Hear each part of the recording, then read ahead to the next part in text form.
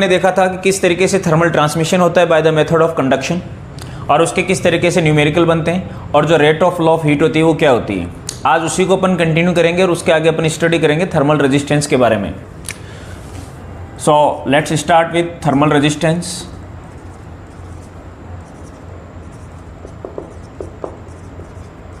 Okay, इसको अपन denote करेंगे resistance के लिए R और थर्मल के लिए सबस्क्रिप्ट में लगाएंगे T। एक्चुअल में प्रीवियस वीडियो में अपन ने देखा था कि जो rate of flow of heat होती है, जैसे मान लो कि हमारे पास ये एक रोड थी और इस रोड का एक एंड हाई टेम्परेचर पे था और एक एंड लोअर टेम्परेचर पे था, और ये इसकी लेंथ थी और ये इसका एरिया था। तो हमने देखा कि सर यहाँ से जो हीट फ्लो होगी वो होगी हाई टेम्परेचर पॉइंट से लोअर टेम्परेचर की तरफ। तो ये जो हीट जा रही है इसकी फ्लो की जो रेट होगी वो क्या होगी, यानी कि जो dQ/dt होगी that is rate of flow of heat, वो क्या बनती है, that is equal to KA delta T upon L। ये अपने प्रीवियस वीडियो में यहाँ तक स्टडी किया। आज इसी से अपन आगे कंटिन्यू करेंगे। एक्चुअल में ये जो rate of flow of heat होती है इसका एक और नाम होता है और वो नाम है हीट करंट। इसी को अपन हीट करंट बोलते हैं, यानी कि जो rate of flow of heat है उसका दूसरा नाम हो गया हीट करंट।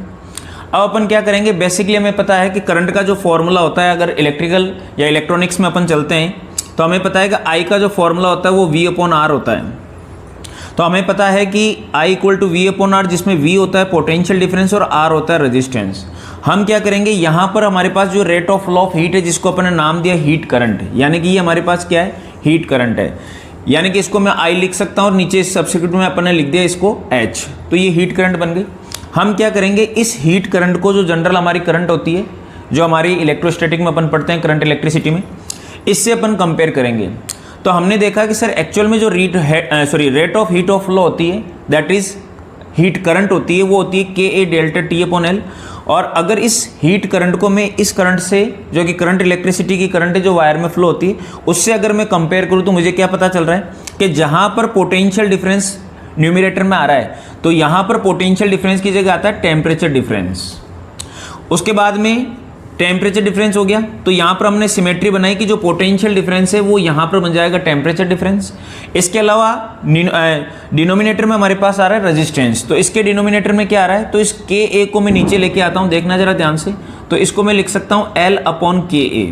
तो ये क्या बन जाएगा, जो न्यूमरेटर में आ रहा है वो हमारा पोटेंशियल डिफरेंस हो गया, डिनोमिनेटर में आ रहा है वो हमारा रेजिस्टेंस हो जाएगा। यानी कि ये वाली जो क्वांटिटी है किसका काम करेगी, ये रेजिस्टेंस का काम करेगी, और इसी को अपन बोलते हैं थर्मल रेजिस्टेंस।